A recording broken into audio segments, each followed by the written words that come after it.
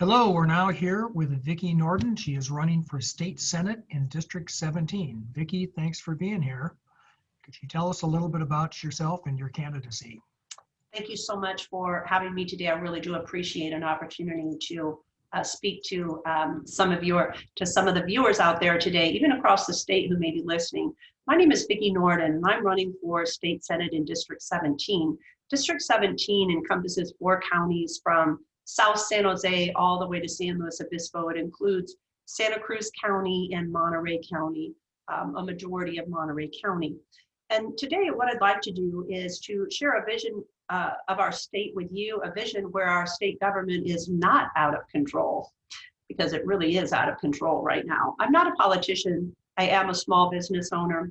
And every day I'm concerned with the regulations, the taxes, and the state policies that are running our state. For too long, Sacramento has tried to force a one-party, one-size-fits-all policies on all 58 counties in our state. It's not working. I'm running because I think our state control over small businesses, over community safety, and over education is out of control, and I want to help change that.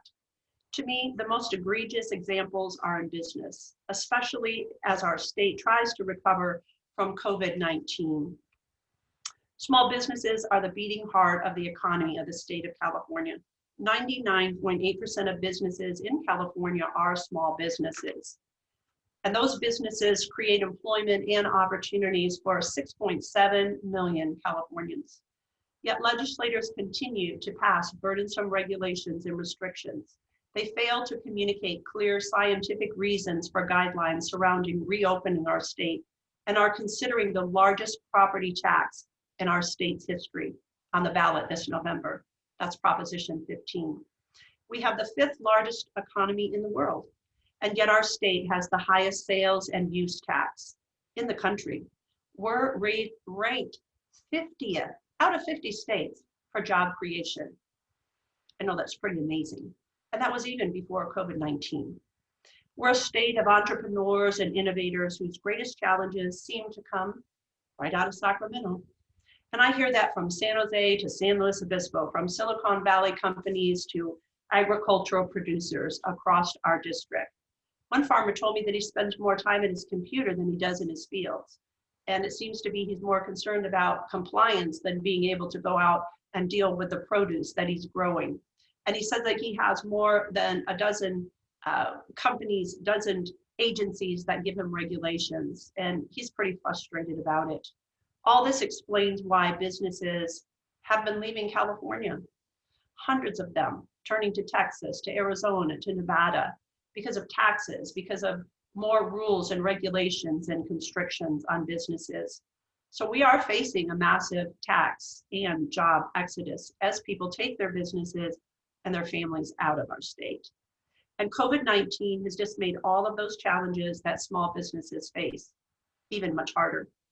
One of the groups of small businesses that I have gotten to know are independent contractors, midwives, occupational therapists, coaches, court reporters, artists, writers, and gig economy workers who don't work just a 9-to-5 job. This group has come under massive attack from Sacramento, and specifically from unions and lobbying interests that are threatened by seemingly this kind of flexible work. Last year, legislators passed AB 5, maybe you've heard of Assembly Bill 5, which mandated most independent contractors, except those that had special exemptions, had to become employees. This was devastating for many people.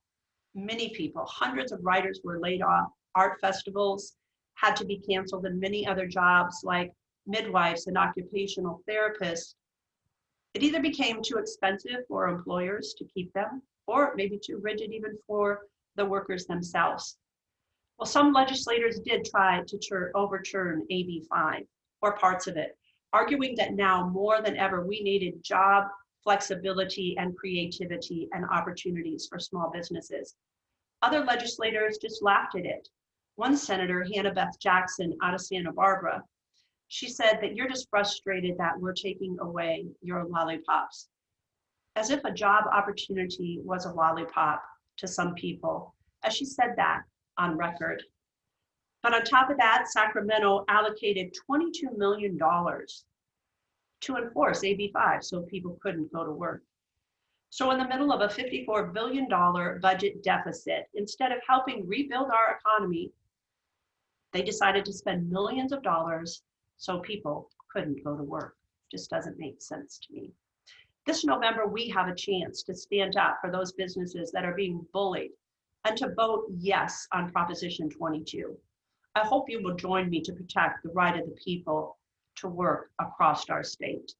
The truth is, if our state is going to grow and it's going to create more jobs, more housing, and better opportunities for families to flourish in our state, we need to change that business as usual model of pay to play in Sacramento. I'm running because I believe Californians want solutions and not just party platforms anymore. I'm running because I'm not in anyone's pocket, and I will fight for the nail salon owners and the ag tech innovator in the Salinas Valley, and not the unions based there in Sacramento. I'm running to represent the people. Some people think I shouldn't say that out loud, but the truth is what we're doing isn't working. And I think Californians, no matter the letter behind their name, they really recognize that, and it's time for change. We can't keep doing the same thing and expect a different result. I'm a fighter. I'm an advocate for families in the justice system, for children as a court-appointed special advocate, and for taxpayers as a member of a civil grand jury for 2 terms. I uncovered government corruption, worked in a bipartisan way to address inefficiencies, and created my own business along the way. I want to see our state continue to innovate from sustainability issues to business models. And to learn more about me and where I stand, you can visit my website at Vicki, V-I-C-K-I, the number 4, Senate.com. Again, that's Vicki4Senate.com. And I just want to thank you for listening today. I'd be honored to have your support. And we have 20-some days until Election Day, and I would appreciate your vote. My name is Vicki Nohrden. I'm running for State Senate in District 17. Okay, well, thanks very much, Vicki. I notice Salinas, as you said, is in your district. I'm a big fan of the Ag Tech program down there, and know those people well. You know, agriculture is so important to the state of California, and Absolutely. what's going on with the fires, I think, threatens a lot of industries, including that one, plus some of the other policies that are being enacted. Do you have any comments about what the state is doing and how its policies might be affecting agriculture and how you might change that? Yeah, there's a lot. Salinas is not actually in my district specifically, but when you talk about the ag in the Salinas Valley, it definitely, that is, you know, across Monterey County as well as down into San Luis Obispo County. We have lots of wine growers. We have the wine growers who are looking at their grapes, especially with the Dolan fire over there in Big Sur area, and how it's going to affect the taste of them and how that's going to, for their harvest. And they're very concerned about that.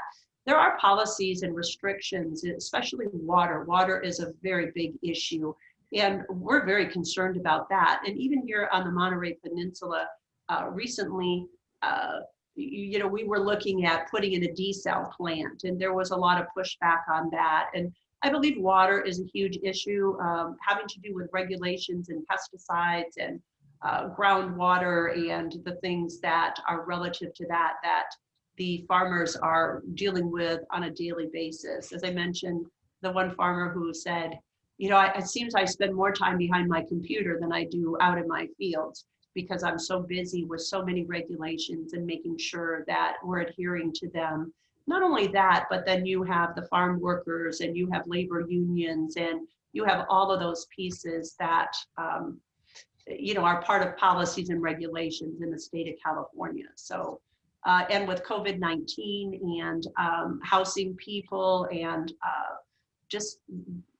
it's just been a lot of pressure for our farmers. Been a lot of pressure, I think, statewide with the opening and the closing of small businesses.